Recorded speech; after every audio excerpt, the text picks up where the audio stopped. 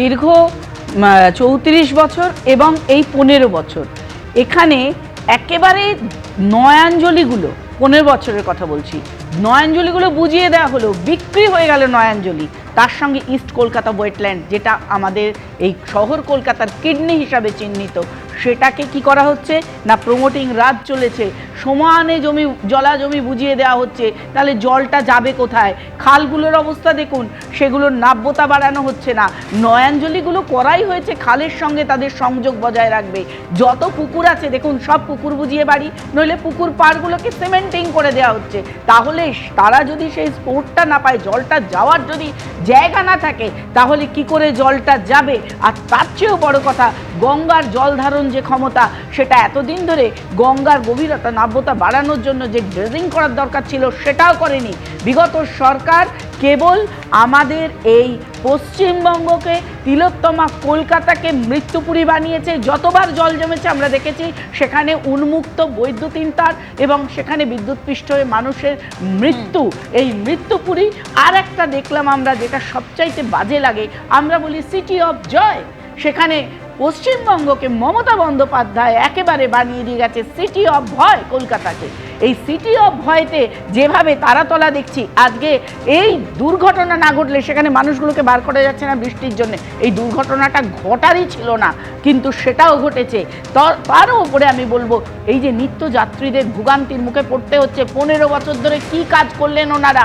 খালি রাস্তার উপরে বিটুপিন আর পিচ ঢেলে দিয়ে চলে গেলে হয় না, সেখানে নর্দমা নিকাশি ব্যবস্থার প্রকৃত পরিকল্পনা মাফিক যে উন্নয়ন করা দরকার ছিল তা করা হয়নি। বলবেন সেই ব্রিটিশ আমলের তো সমস্ত কলকাতা জুড়ে কলেজ স্কোয়ারে তো জল জমবে, আবার আপনি যদি বলেন ও বিডেন স্ট্রিটে জল জমবে না, না, সব অসম্ভবকেও সম্ভব করতে জানতে হয়। তার জন্য প্রয়োজন হয় সদিচ্ছার, এবং সেটা আমি বলছি বর্তমান সরকার করে দেখাবে। হয়তো সময় লাগবে, যা অবস্থা এটা হচ্ছে তার ভিতর থেকে বেরোতে হয়তো সময় লাগবে, কিন্তু উন্নত পরিকাঠামো ব্যবস্থা যেটা করা, তার জন্য যে ইঞ্জিনিয়ারদের আনা, পরিকল্পিতভাবে কাজ করা, নয়াঞ্জলি বোঝানো নয়, তিনি আজকে বলছেন যে 15 বছর ধরে দায়িত্ব নিয়েছিল, কি কাজ করেছে সেটা তো দেখতেই পাচ্ছি। শুনুন, যথেষ্ট চ্যালেঞ্জিং, কারণ আজকে যারা 15 বছর ধরে দায়িত্ব নিয়েছিল আর বলেছিল মোড়ে মোড়ে উন্নয়ন দাঁড়িয়ে, আজকে কতটা কি উন্নয়ন সেটা তো দেখতেই পাচ্ছেন। করুণাময়ী বাস স্ট্যান্ডের সামনে থেকে আমি এলাম, বেশ অনেকটাই জল জমেছে, কিন্তু তাদের ভরসায় আমরা নেই যারা ছেড়ে চলে গেছে, কারণ তো তারা সেই ইন্টেনশন নিয়েই গেছে যাতে নতুন সরকার বিব্রত হয়, অসুবিধায় পড়ে। কারণ কাউন্সিলররা তো সব থেকে যে যারা ও তার ওয়ার্ডকে নিয়ে কাজ করবে, স্পেশালি এইরকম একটা সময়। কিন্তু আমি কমিশনারকে জানিয়েছি, ইমিডিয়েটলি মোটর লাগানো হচ্ছে, এবং কিছু সমস্যা উনি বললেন ড্রেনেজের আছে করুণাময়ী বাস স্ট্যান্ডের মধ্যে, সেটা ইমিডিয়েটলি আমাদের সম্মানীয় অর্জুন সিংজিকে আমি ফোন করে জানিয়েছি ড্রেনেজটাকে ক্লিয়ার করার জন্য, তা না হলে আমাদের জলটাকে নামানো অসুবিধা হবে। মোটর লাগিয়ে এক্ষুনি করছি।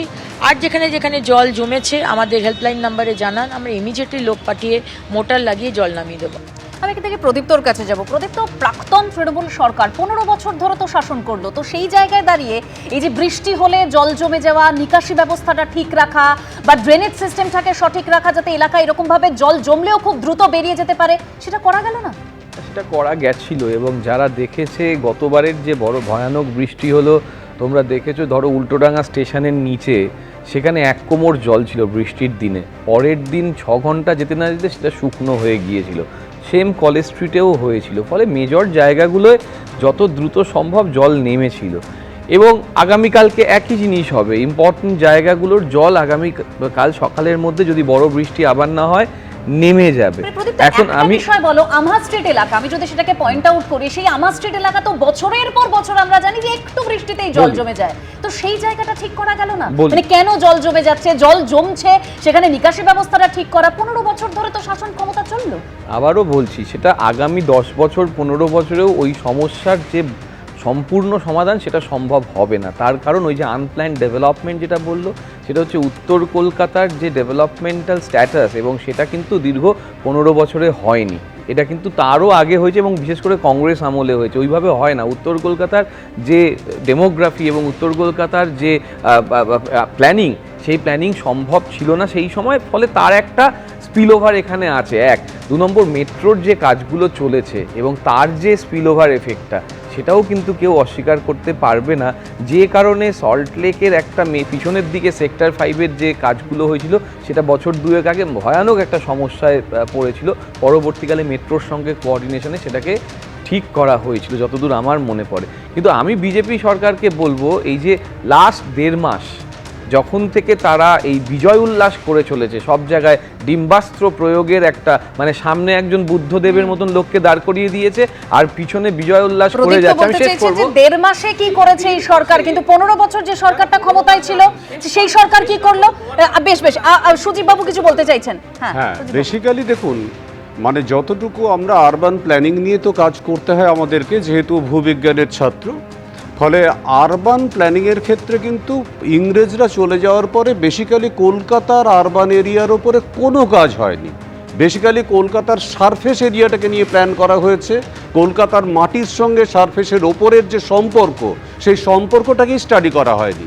দ্বিতীয় যেটা গুরুত্বপূর্ণ, কলকাতার এত বড় রিসোর্স হচ্ছে ভাগীরথী হুগলি নদী, কলকাতার মাটির তলার যে স্ট্রাকচার, এই দুটো স্ট্রাকচারকে একসাথে মেলালে কিন্তু কলকাতা শহরকে সত্যিকারেই সুন্দরী কলকাতা পরিণত করা যেতে পারত, কিন্তু সেইটা নিয়ে কোনো পরিকল্পনা গ্রহণ করা হয়নি। তৃতীয় যেটা গুরুত্বপূর্ণ বিষয়, সেটা হচ্ছে এখনো পর্যন্ত যারা যারা ক্ষমতায় ছিলেন তারা কিছুই ভাবেননি শেষ পর্যন্ত, এবং যেটা হয়েছে বেশ কিছু অঞ্চলে কিছু আন্ডারগ্রাউন্ড মানে ড্রেনেজ ব্যবস্থা তৈরি করতে গিয়ে সারফেস ড্রেনেজগুলোকে নষ্ট করে দেওয়া হয়। কলকাতা নিয়ে ভাবেনি, কলকাতা নিয়ে পরিকল্পনা করেননি। কিন্তু কেন পরিকল্পনা করেননি? কারণ মানুষ তো ভোট দিয়ে তাদেরকে জিতিয়ে এনেছিল।